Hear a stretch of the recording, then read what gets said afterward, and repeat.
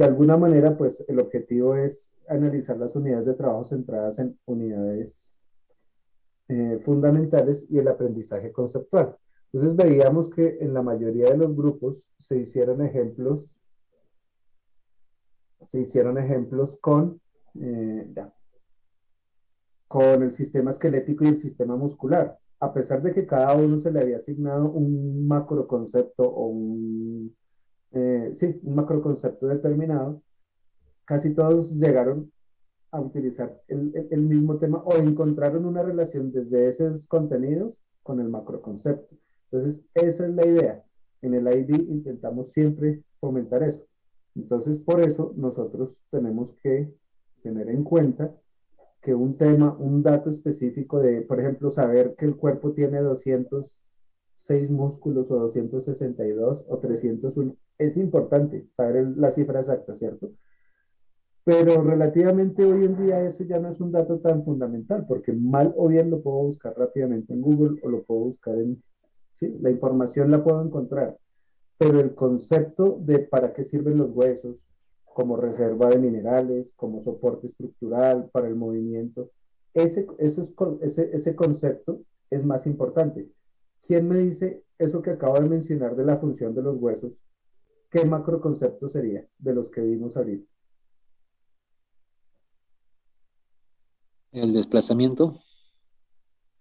Bueno, pues no, pero de macroconceptos. Acuérdense los macroconceptos: cambio, equilibrio, forma y función, sistema, Función.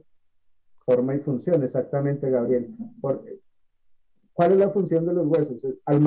La mayoría de los chicos siempre en esa pregunta responden soporte estructural y protección, pero ninguno menciona que los huesos sirven, además de esas dos que son las más conocidas, como fábrica, o sea, es el lugar donde se producen los glóbulos rojos, y que los huesos almacenan minerales como no solamente el calcio, sino principalmente el calcio.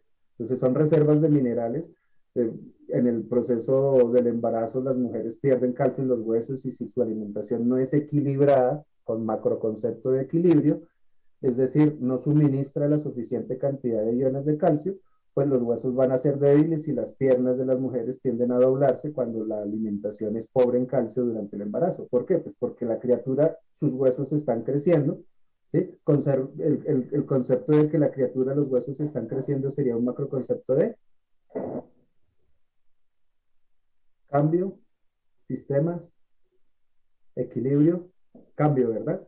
Entonces, el crecimiento, por ejemplo, lo que decía Gabriel, la hipertrofia o la pérdida de masa muscular también, el concepto principal es el de cambio y transformación. Entonces, la invitación, profes, es esa, a que empecemos a pensar de manera conceptual, a identificar cuál es el proceso que estoy y a darnos cuenta de lo que está aquí en la siguiente diapositiva, permítanme, y es que nosotros debemos esto es fundamental, ¿no? Entonces nosotros debemos articular los conocimientos esenciales, articularlos.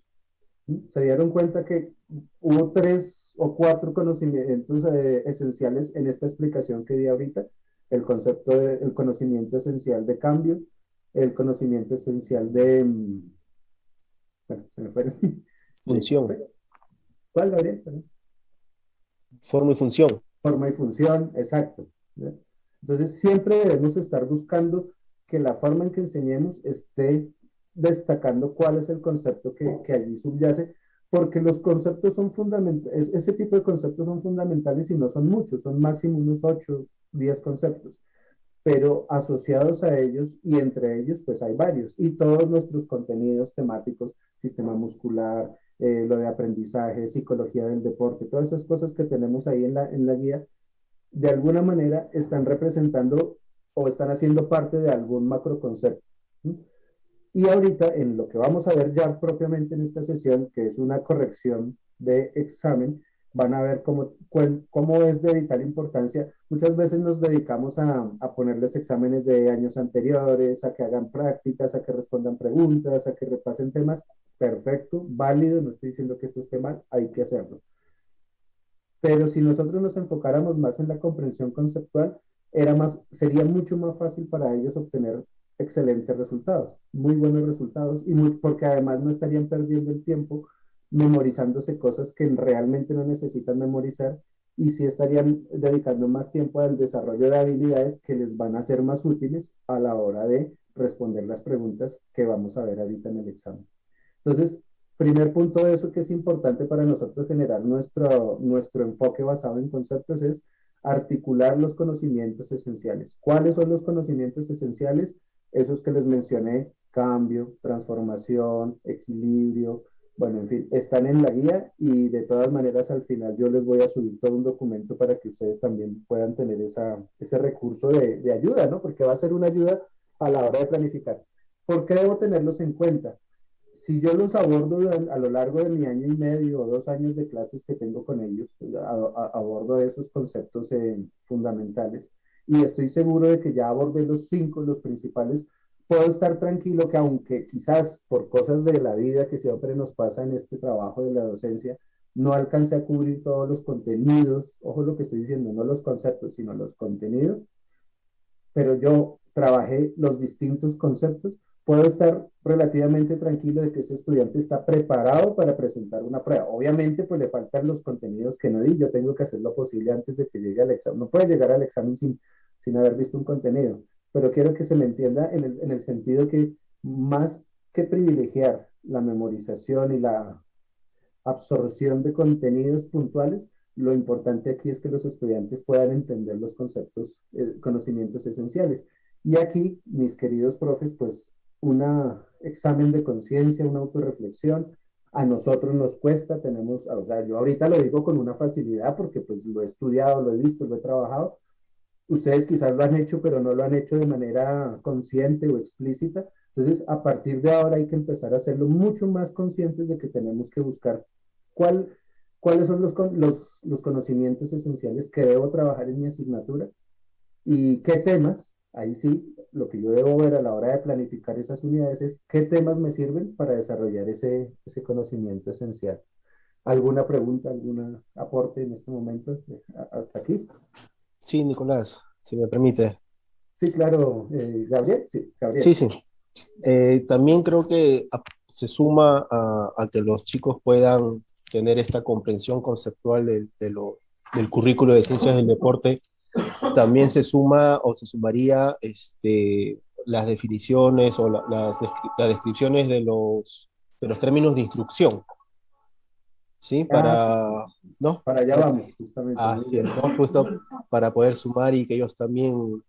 interioricen, ¿no? Y sepan y conozcan tanto en las evaluaciones externas como también en la creación de sus investigaciones, su monografía, ¿no? Creo que Totalmente de acuerdo. un autoanálisis también de mi parte, ¿no? Sé que muchas veces nos enfocamos bien al tema, explicarle bien los temas, de qué trata cierto sistema, cierta función, pero de repente muchas veces dejamos de lado estas pequeñas definiciones que son muy importantes, ¿no? Muy importantes. Gracias, Nicolás. Exacto. Agradezco mucho tu comentario y tomen nota efectivamente quienes pues están comenzando, porque esto que él dice, lo dice pues porque ha vivido la experiencia y se ha dado cuenta ya seguramente en sus convocatorias que quizás pasa y muy seguido con los estudiantes. El estudiante puede tener claridad sobre lo que quiere responder, sabe de qué está hablando. Ah, ok, Edgar, ya te doy la palabra, pero no está respondiendo la pregunta en función del concepto que se le está preguntando. Y para eso, lo mencionó Gabriel, existen en el IB unos verbos que les llamamos términos de instrucción, ojo al nombre, términos de instrucción, o sea, es como yo debo enseñar y también se les conoce como términos de examen y siempre con ese verbo comienzan todas las preguntas. Y ya vamos a ver cómo esa clasificación, hay unos verbos de una categoría, categoría uno, categoría 2, categoría 3. Esto es como en la taxonomía de Bloom, es decir, van siendo cada vez, no es lo mismo, por ejemplo, resumir que describir, ni lo mismo resumir, describir que explicar. Es mucho más detallado explicar que describir y es mucho más detallado describir que resumir. Entonces hay niveles, ¿no? Eso lo vamos a ver aquí muy adelante, pero aprovecho esa intervención.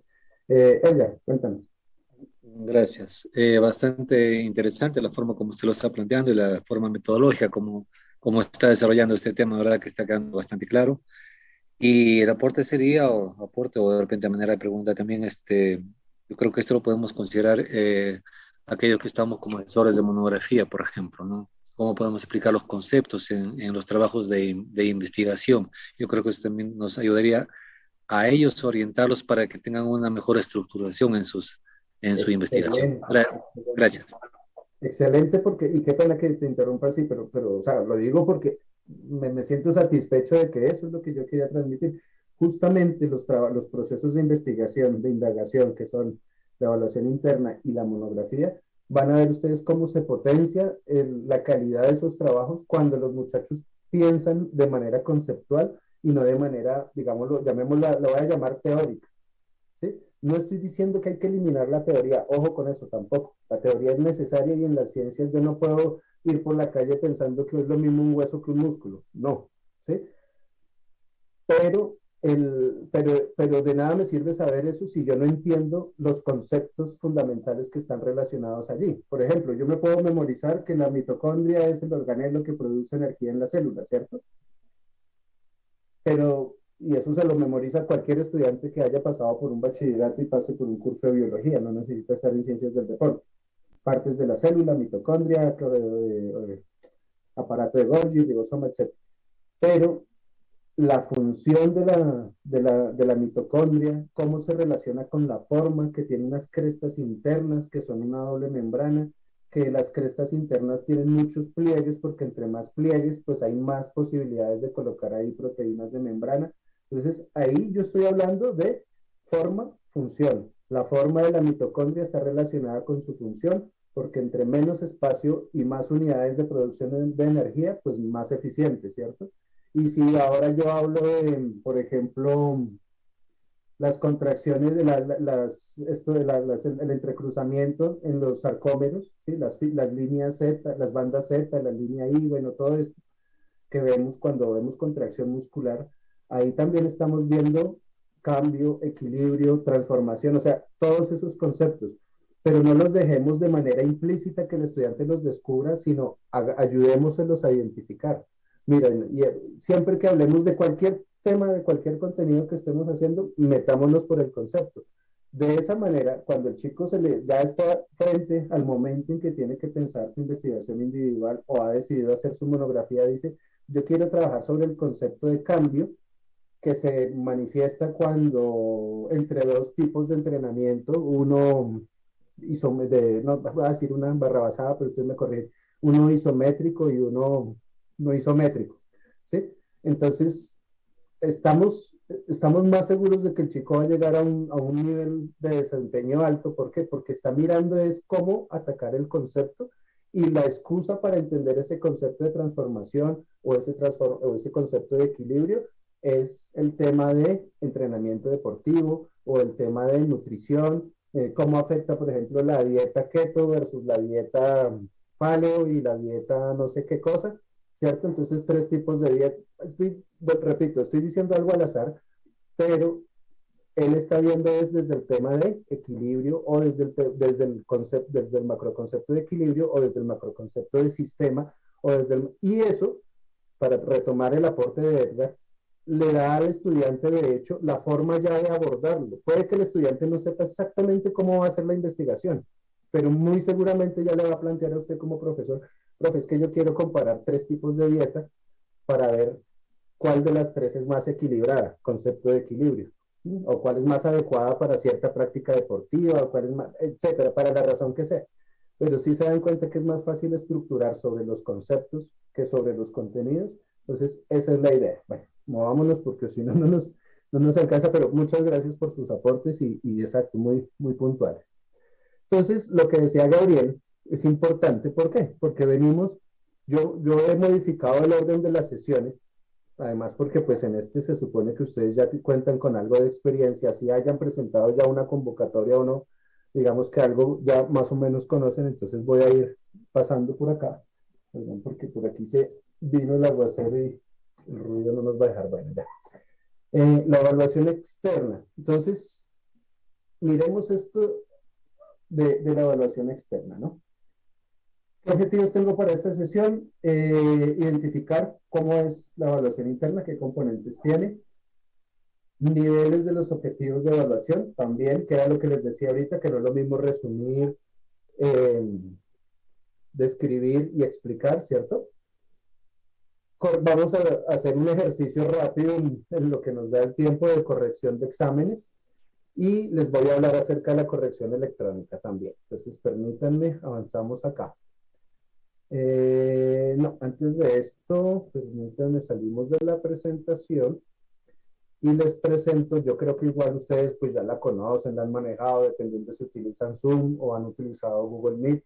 En Google Meet también es posible hacer este tipo de situación y es el uso de una pizarra. Entonces la voy a utilizar acá, perdón un momento mientras la configuramos. Ya aquí está. Listo, entonces estoy colocando un tablero, fíjense, no sé si ya lo estoy compartiendo con ustedes. Ya ven ustedes ahí el tablero, perfecto. Listo, entonces tenemos un tablero, todos somos docentes, entonces imaginémonos que estamos ahí delante de ese pizarrón. Vamos a ver las características de la evaluación en CES. Lo interesante de esta herramienta, para quienes ya la han usado, saben que pues es eso, como un tablero, solo que no con marcadores, sino con estas herramientitas. Y lo mejor es que al final la podemos guardar como un PDF o como una imagen, en fin, y es directamente aquí mismo en el Zoom, ¿no?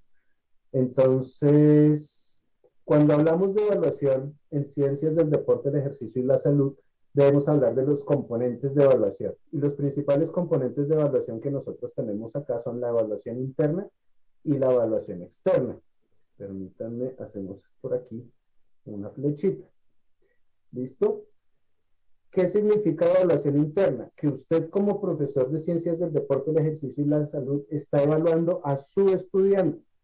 No lo está evaluando el bachillerato internacional. La evaluación que usted hace de su estudiante se va al bachillerato internacional para que una persona como yo, en este caso, que soy moderador de la evaluación interna, revise si usted como profesor interpretó adecuadamente los criterios y asignó una calificación justa al estudiante. Ojo con lo que estoy diciendo, ojo y pongo el oído, bueno, ojo y oído a lo que estoy diciendo. Una calificación justa, ¿de acuerdo a qué? A los criterios de evaluación. Los criterios de evaluación están en la guía y son los mismos para los colegios CODAR, son los mismos para un colegio privado en Alemania, son los mismos para un colegio en Suiza o para un colegio en Colombia, son idénticos. Entonces, ahí es donde empieza el tema de la justicia, porque más o menos hay digo más o menos porque pues está la subjetividad tanto del profesor como del moderador, pero siempre existen márgenes de error en esa calificación. Pero lo que quiero que ustedes entiendan en esta primera parte es que estamos hablando de una evaluación interna, es decir, esto usted no lo califica el IB. El IB, ojo con la palabra que mencioné, voy a colocarla acá, el IB modera la calificación. Es decir, yo modera. Yo no califico la evaluación interna. Ustedes, aquí hay personas que ya han enviado, entonces, alguien que ya haya enviado su evaluación interna alguna vez, sabrá que envían la muestra de evaluación interna. Ahorita por pandemia no era una muestra, sino todos, pero en general se envía una muestra de la evaluación interna de su grupo, ¿sí? Y yo como moderador, ¿qué hago? Leo el informe que presentó el estudiante, leo las notas que usted le colocó al trabajo del estudiante, las observaciones, las calificaciones, los puntos que le asignó a cada criterio, si lo hizo a mano, en computador, como sea, pero eso debe estar ahí en ese documento. Reviso y vamos a decir que de máximo 24 puntos, que es la puntuación mayor que se puede obtener en evaluación interna, el estudiante obtuvo 15, ¿cierto? Usted le asignó 15, o sea, usted ya lo calificó. Entonces, yo no es el IB el que lo está calificando usted como profesor. Yo como IB, lo que hago con esa evaluación interna es revisar que usted como profesor haya colocado bien. Entonces, ¿qué pasa? A veces tenemos sesgos, por las razones que sean. Podemos estar muy exigentes en la aplicación de los criterios y entonces el chico merecía 20 puntos, pero usted a duras penas le puso 12, 8 puntos de diferencia. O usted es demasiado generoso y todo le parece bonito y ay, tan bonitas las respuestas de mi estudiante, ¿no? Y le va poniendo las mejores notas porque le cae muy bien y está muy bien escrito y de pronto es un muy buen trabajo y entonces le puso 24. y resulta que yo lo reviso y pues sí, está bonito y está interesante y todo, pero a la luz de los criterios no llega sino a 15. Entonces, por eso mi trabajo se llama, y el que hace la ID en este caso es moderar. ¿Qué quiere decir esto? Que ustedes tienen un año y pico, año y medio, año y no sé, según las características, para evaluar a sus estudiantes ustedes y envían muestras para que la ID las modere. ¿Qué debería ser lo ideal? Que usted califica también, que todas las muestras de su colegio yo las voy revisando. Bueno, yo no sé qué es de su colegio, yo simplemente voy revisando muestras. Y coincido, usted le puso 15 puntos, yo le puse 16 por un punto o 2 puntos, 3 puntos de diferencia. Realmente ese es el rango de incertidumbre que hay, entonces se mantiene la nota, las notas que usted colocó. Eh, Resulta que si no, ese es el ideal. ¿Qué pasa si no? Que en el ejemplo que les di, usted es demasiado exigente y el chico merecía 15 puntos y usted máximo, merecía 20 y usted máximo le puso 12. Entonces, en ese caso, yo corrijo su calificación, la modero y le subo la nota al estudiante. ¿Mm? Porque pues está muy por debajo, ya está más de 3 puntos por debajo de la nota que a mí me daría, ¿cierto?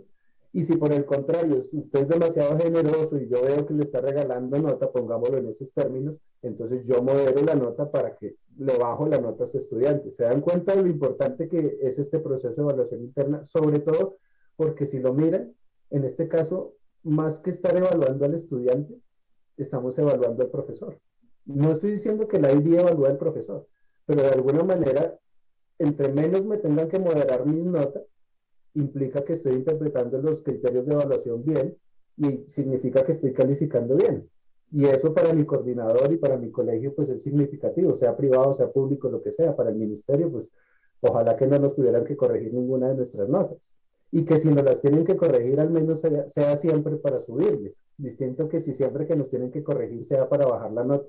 Porque además, cuando se modera para abajo o se modera para arriba, no afecta al estudiante, sino a todo el grupo. Entonces, fíjense lo importante de esta tarea.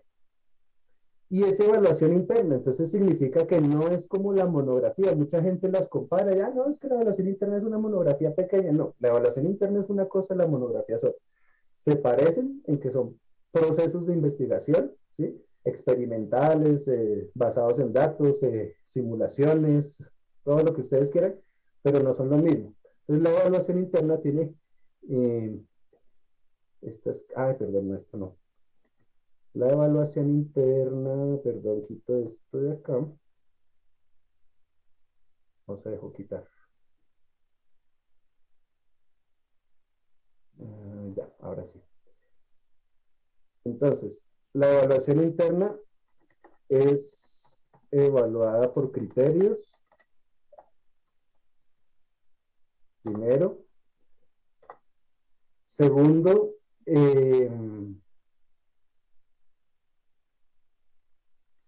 es autoría del estudiante, ¿sí?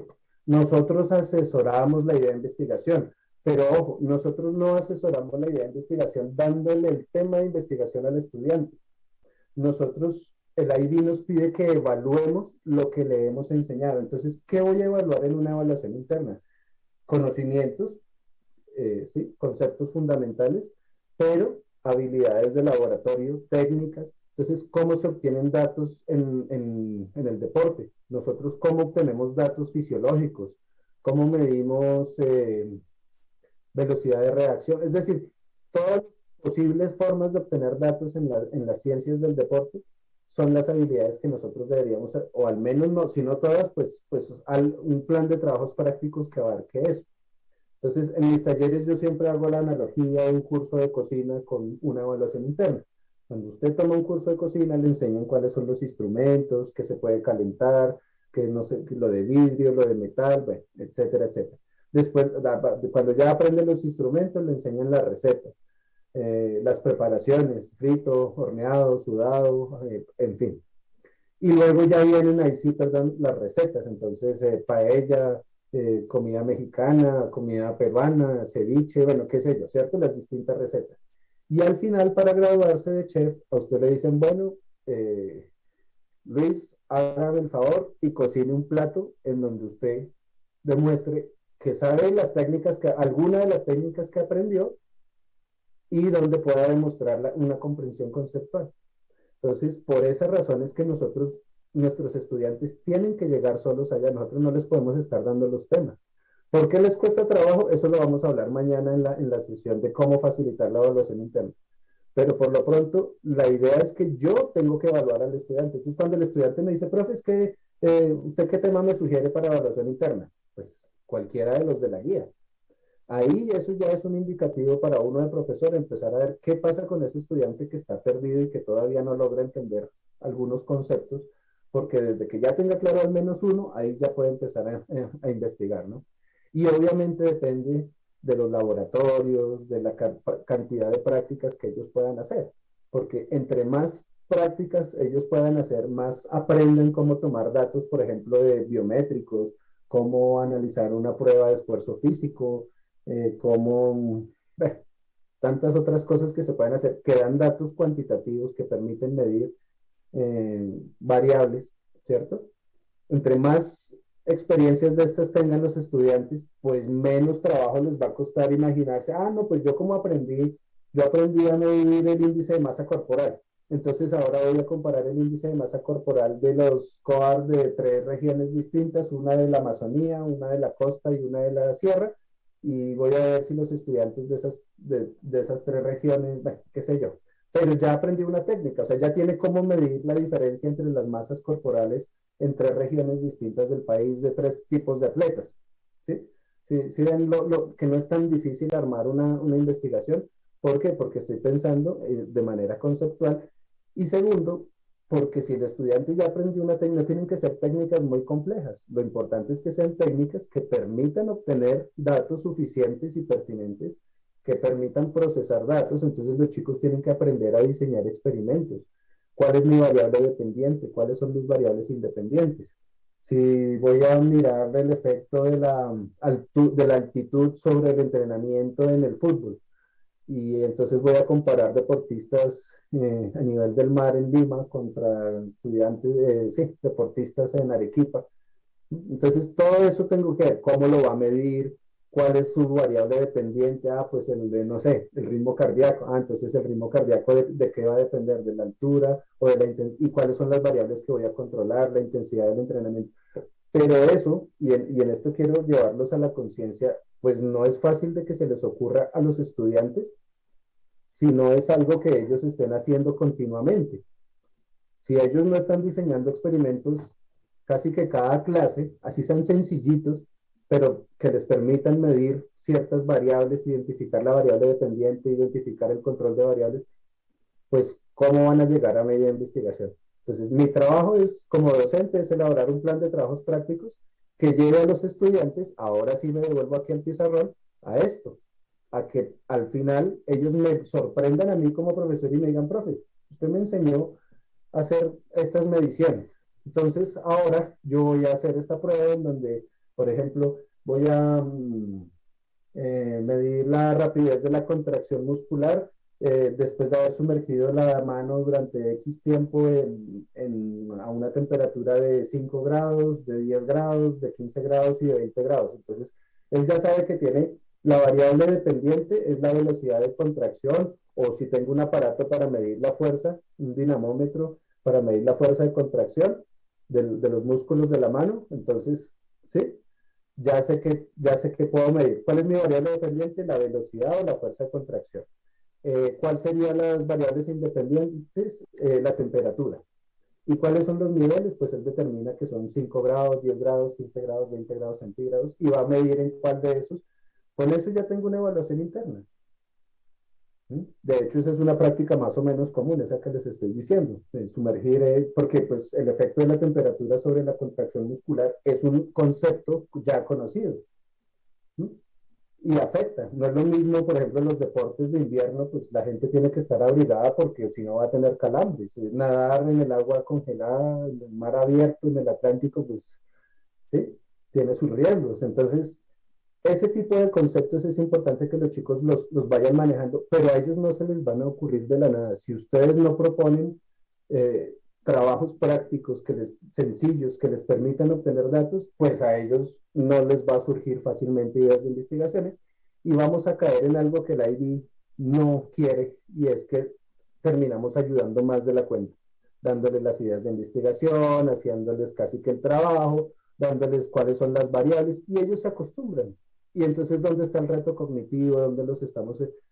Pero en parte, digamos, la culpa o no la culpa, sino la responsabilidad viene de parte nuestra que nuestro plan de trabajos prácticos debe apuntar a esto. Entonces, yo tengo que diseñar como profesor un plan de trabajos prácticos que demuestre las habilidades que le puede enseñar al estudiante. Entonces alguien me dirá, no, pero es que en mi core escasamente hay un horno microondas y ese es todo el laboratorio. Entendible. Pero tenemos simulaciones, laboratorios virtuales, afortunadamente nuestra asignatura nos permite trabajar mucho con el cuerpo, con las personas, entonces ya que eso lo vamos a ver también mañana en cómo facilitar la evaluación interna, ¿sí? Pero a lo que quiero ir es esta evaluación interna, nosotros estamos evaluando al estudiante. Entonces, si yo estoy evaluando al estudiante, ¿por qué le voy a dar la pregunta de investigación? Si uno de los criterios que le voy a evaluar es justamente el criterio de crear preguntas de investigación. Ahora, yo tengo que haberle enseñado a crear por lo menos, no sé, durante un año y medio, quizás unas que, sí, 10, 15 veces, que haya hecho preguntas de investigación. Quizás de las 15 preguntas de investigación que tuvo que hacer, tuvo 6 bien, o 6 mal, y apenas unas cuantas bien. Pero al menos ya de tanto, pero si nunca hizo una, o hizo dos, o las que vio fue las que usted le dio, pero nunca lo puso a pensar a que él construyera una pregunta de investigación. Entonces, ese es el segundo factor de la planificación curricular. Nosotros siempre nos afanamos por los contenidos están ahí, pero nos interesa el desarrollo de habilidades y el desarrollo de conceptos. Entonces, la parte anterior hablábamos de conceptos, ahora estoy hablando aquí también de habilidades, ¿no? Entonces, evaluación interna es un trabajo de investigación de 10 horas, individual, se llama así, de hecho, investigación. Entonces, esto es importante porque la IB no pone las cosas por ponerlas. Investigación individual. O sea que no es una investigación del profesor y el alumno, no es una investigación del alumno y sus compañeros, es una investigación del alumno. Ahí yo estoy evaluando a mi alumno a ver qué tanto del plan de trabajos prácticos que yo le enseñé le sirvió y qué pudo aprender. A todos nos gustaría que nuestros estudiantes tuvieran todos 24 puntos en sus evaluaciones internas, que es la máxima nota. Pero en una diversidad y en un aula de clase tenemos unos estudiantes que quizás están en esa franja, otros que están en la mitad y otros que les cuesta mucho más trabajo. Y pues nuestro trabajo será intentar movilizarlos al siguiente nivel lo que más se pueda. Pero también imagínense, sería bastante sospechoso y bastante poco creíble que todos los estudiantes fueran de 24 puntos, como también que todos fueran malos, o sea, de 6 puntos. Eso, cualquiera de los dos extremos, obviamente, pues indicaría algo más. Y en la evaluación externa me estoy refiriendo propiamente, perdón, al examen, ¿cierto? Al examen. Entonces, aquí sí evalúa el IB. ¿Por qué? Porque los que ya han tenido experiencia saben, a ustedes son convocatoria en noviembre, entonces en noviembre los estudiantes durante 2 semanas y alguito están presentando exámenes y tal día les toca el de biología, tal día el de SES y así. Y el examen, que es una prueba externa, ¿sí? Pruebas externas. ¿Por qué externas? Porque el estudiante presenta el examen en su colegio, pero ese examen no lo califica usted de profesor. A diferencia de la evaluación interna, ese examen se manda simplemente se meten los exámenes de los estudiantes en un sobre y eso se va en un avión y llega a los centros de escaneo en Bethesda, Maryland, y o sea, en Estados Unidos y en Reino Unido.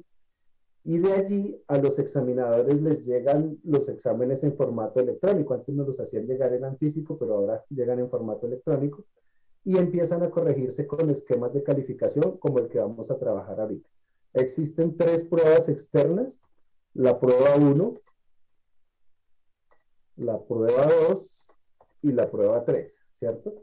En la prueba 1, preguntas de opción múltiple. En la prueba 2, preguntas basadas, tiene sección A. Entonces aquí la prueba 2, perdón.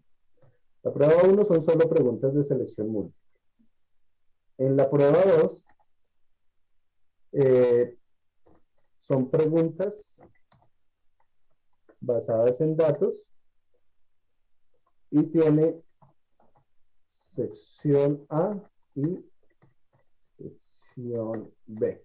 Eso es una prueba 2. Entonces, son preguntas basadas en datos. Entonces, a los estudiantes les ponen una gráfica, una tabla de datos, una información que muy seguramente nunca han visto en clase. Me explico. No que no han visto el concepto, sino que no han visto los datos. Alguna vez en algún colegio tuve un problema con un padre de familia que alegaba que a su hijo no sé qué, que era injusto, porque él le revisó el cuaderno y en las notas del cuaderno del primer año y del segundo año, en ningún lado el profesor les había hablado del pato zambullidor, y resulta que en el examen le salió como 15 preguntas acerca de un pato zambullidor que nunca le enseñaron al niño. Pues yo nunca le enseñé el pato zambullidor porque no tenía ni idea que iban a sacar el pato zambullidor en el examen, pero sí le enseñé del concepto de respiración anaerobia, del concepto de respiración aerobia, de contracción muscular, y resulta que es que la gráfica me muestra todos los procesos fisiológicos que sufre el pato cuando se zambulle a capturar el alimento, cómo cambia el ritmo cardíaco, a dónde pasa el flujo sanguíneo, hacia las patas, de las alas a las patas, en fin, todo eso. Entonces y efectivamente, pues el chico no había entendido, pero quiero que entiendan con este ejemplo que eso nos puede pasar, que nos va, pero es que usted nunca le enseñó, sí, porque en la prueba 2 sección A, le van a salir preguntas que quizás él va a decir, pero lo que yo sí sé como profesor y lo que yo sí sé como estudiante es que como es basado en datos, va a haber análisis de gráficas de todo tipo, de datos continuos, discontinuos, gráficas lineales, de regresión, en fin, de todos los tipos de gráficas. Entonces, ¿en qué tendré que trabajar? En el análisis de gráficas, ¿cierto? Y una sección B, que es una sección de respuestas largas, es decir, tipo ensayo. Aquí en la de la sección B es donde vale, ahí sí, todo lo que hicimos de memoria, todo lo que el estudiante tuvo que aprenderse, cuál era el tamaño de la membrana, de la mitocondria, de la no sé qué. Toda esa parte, entre más información tenga, por eso digo que no podemos descartar lo que es de memoria y lo que es teórico, porque también lo va a necesitar. Todo eso va en la sección B del examen. Y la prueba 3 es exactamente lo mismo. Entonces ustedes me van a decir, pero ¿cómo así es exactamente lo mismo? Entonces, pues, ¿cuál es la diferencia? Entonces, ¿qué sentido tiene que sean prueba 2 y prueba 3? Digo, son exactamente lo mismo en la medida que, perdónenme que esto no se deja copiar, un momentico, son exactamente lo mismo en la medida que la estructura, ¿sí? De la prueba, no, cometí una locura acá. Aquí. La estructura de la prueba es lo mismo. Preguntas basadas en datos, perdón, una sección A, una sección B. La diferencia de la prueba 3, ¿cuál es? Que en la prueba 3, al estudiante, las preguntas basadas en datos perdón, las preguntas de respuesta media o corta son basadas en actividades prácticas y son orientadas a los temas opcionales. En este caso, pues como es nivel medio, pues solamente al tema opcional, solamente se escoge uno, ¿verdad?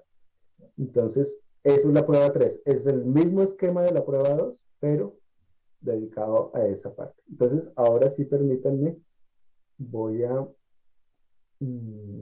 cerrar esta pizarra. Listo. Y ahora les voy a compartir esta imagen del PowerPoint. Perdón. Eso. Entonces, cuando hablamos de evaluación externa, aquí está. Listo. Regresamos aquí a la S. Entonces, ya para verlo en detalle, esta es la descripción general de la evaluación externa. Tenemos la duración y la comparación entre los dos niveles, ¿no? Entre el nivel superior y el nivel medio. ¿Ustedes en los COAR todos son nivel medio o pueden escoger o que ahí sí me orientan porque no sé? Todos somos nivel medio, no hay nivel Bueno, superior. perfecto. Eso, muchas gracias. Eso. Entonces, miremos por ahora solo lo de nivel medio. Entonces, para la prueba 1, el nivel medio hay 45 minutos, en cambio el nivel superior hay 1 hora. La diferencia es que el nivel medio hay 30 preguntas, mientras que el nivel superior responde 40 preguntas. y la complejidad de las preguntas obviamente es mayor en nivel medio, en nivel superior que en nivel medio, ¿no? Fíjense los porcentajes con respecto a esto que les estoy señalando acá, el porcentaje con respecto al total de la evaluación. La prueba uno vale un 20%, no es despreciable, pero digamos que es la que menos vale, ¿cierto? En nivel medio y en nivel superior, o sea, este porcentaje se reparte igual para los dos niveles. La prueba 2, ¿se acuerdan que les dije ahorita? Recién acabé de mostrarles que tenía una sección A y una sección B. Entonces, para el nivel medio dura 1 hora y cuarto. Miren cómo será la complejidad para el nivel superior, que aquí dura 2 horas y cuarto. Y equivale al 35% de la nota. ¿De la nota de qué? Pues del examen externo o de la prueba externa. ¿Qué quiere decir? Que mis habilidades, yo como profesor, ay, perdón, yo como profesor de esta asignatura, sabiendo que los van a evaluar y que las habilidades y las cosas que les van a evaluar, lo que más va a definir el 35% de su nota es análisis de datos, son las habilidades que se tienen que desarrollar en esta sección A y sección B, cómo debo preparar mi currículo, cómo debo preparar mis clases, pues enfocado en esto. ¿Mm? ¿Y qué hora es? Porque no me avisan, por favor, si me paso, pero creo que esto está interesante, ¿cierto? A ver, estaríamos hasta... Ah, no, ahí vamos bien. Nos quedan 8 minutos por ahora de esto. ¿Listo? Entonces,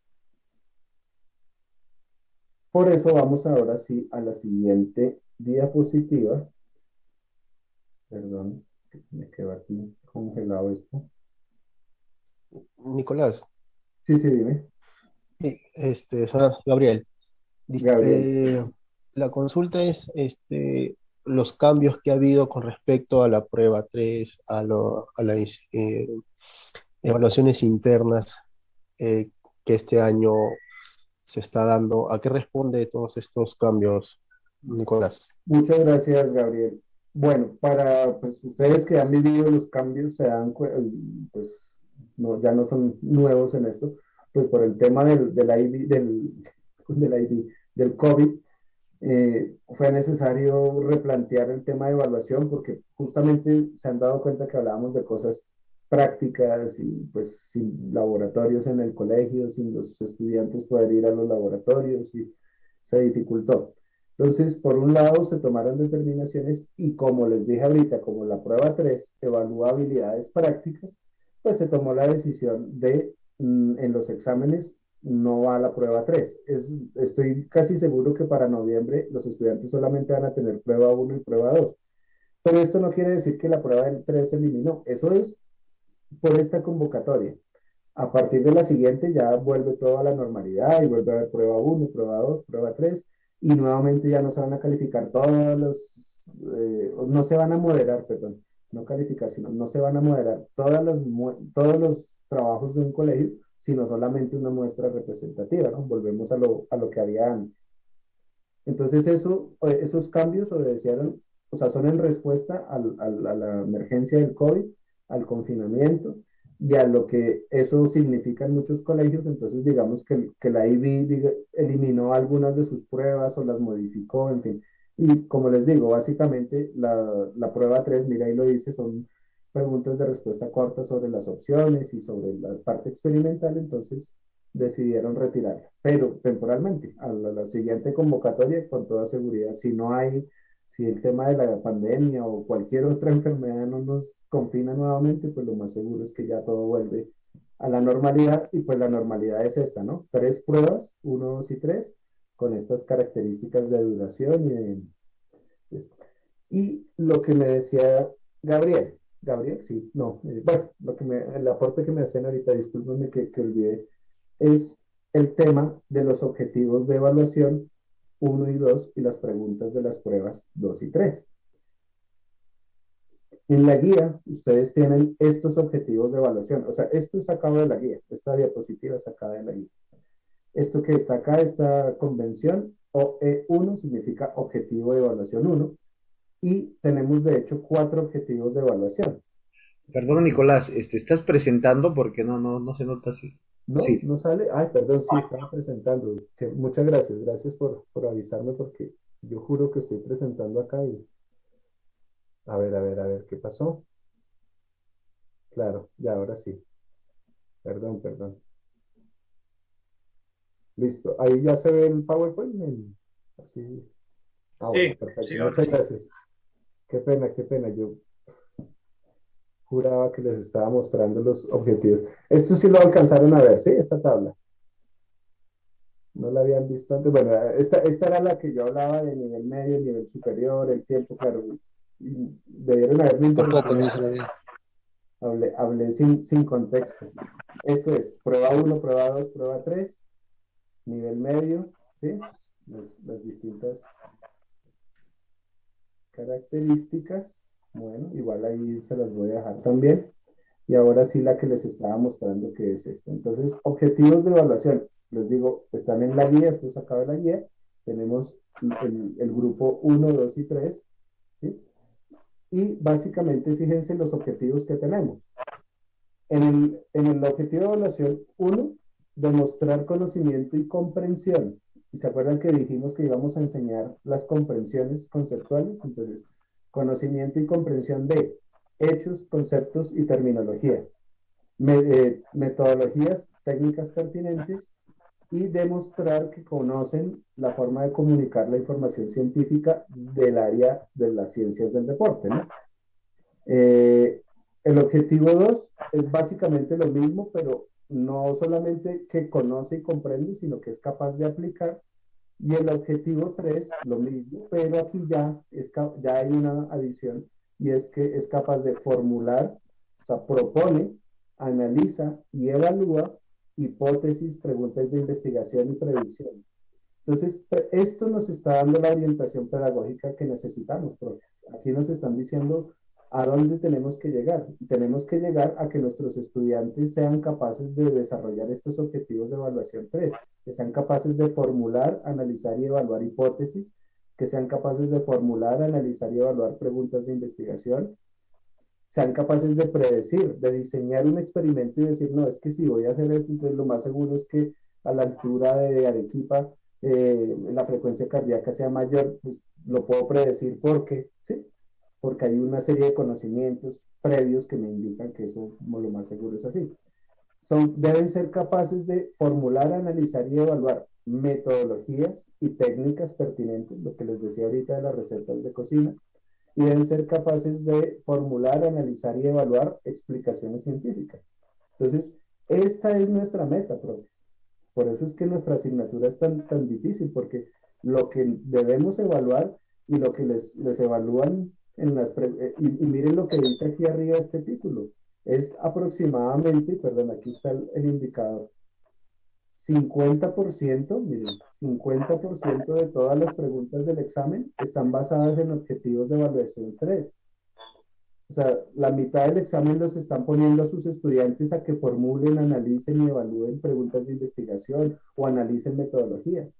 Entonces, por eso es que yo les digo que más que enseñar temas como tal, yo tengo que procurar crear esto en mis estudiantes, esta capacidad de formular, de analizar y de evaluar. Entonces, piensen ahorita ustedes qué estrategias metodológicas deben hacer ustedes para que ellos sean capaces de cumplir con este objetivo de evaluación 3. Y ahora, la siguiente. Y entonces ahora sí lo que me decía, ¿quién fue el que me dijo de los términos de instrucción? No lo veo por acá. Ya, se me fue. Se me fue la pantalla. Bueno, aquí está. Gabriel dijo. Gabriel fue el que dijo, exactamente.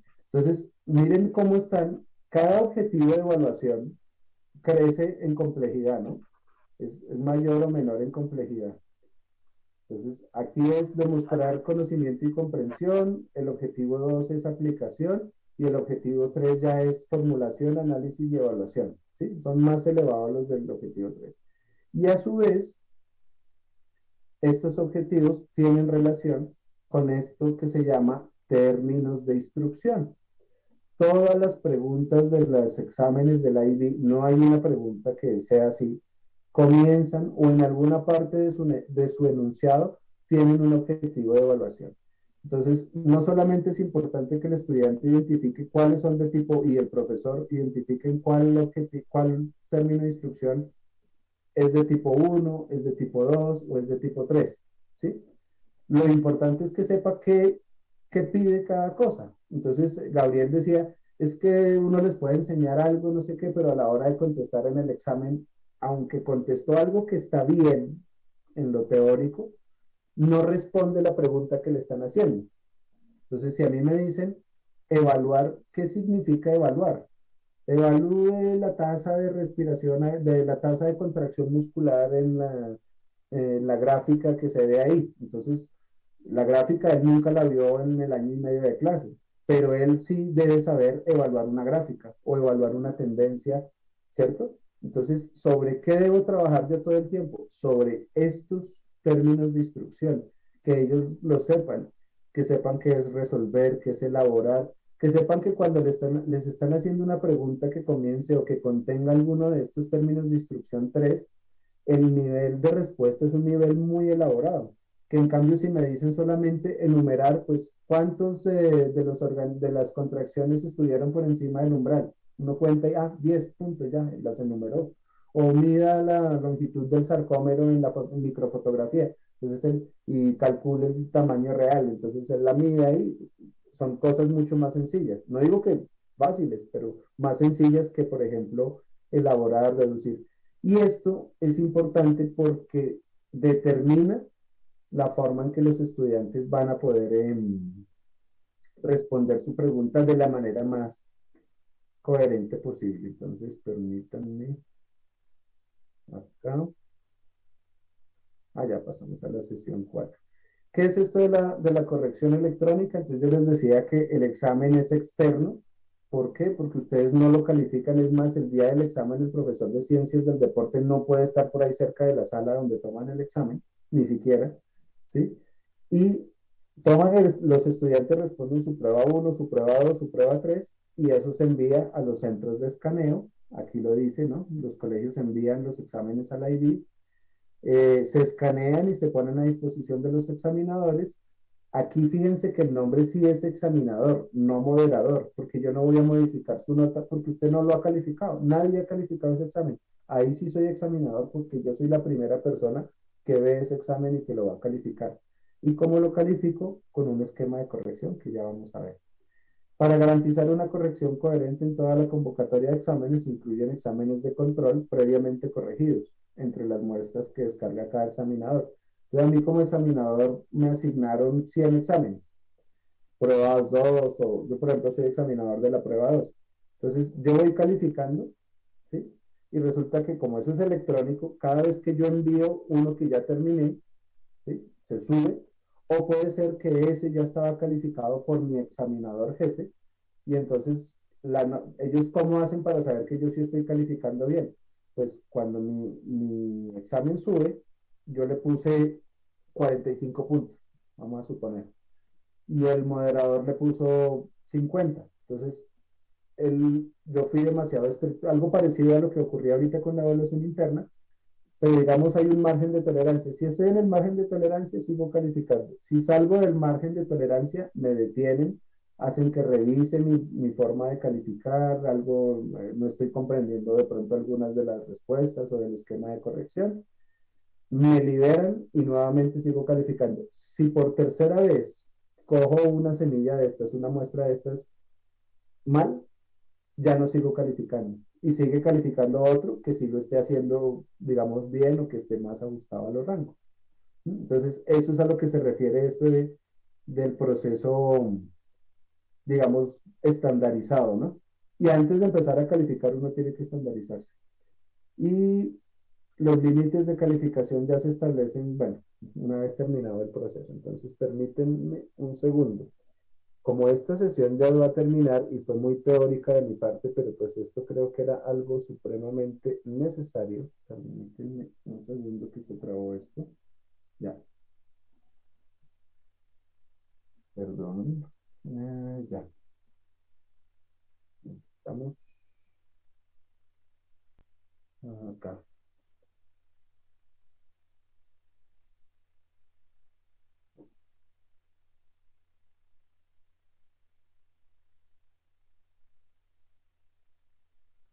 Así. Entonces, les voy a pedir ahorita, mientras la pausa y eso, descarguen o abran el documento del cuadernillo que está en el Drive, ¿sí? Ya lo voy a abrir yo aquí también para que lo podamos revisar.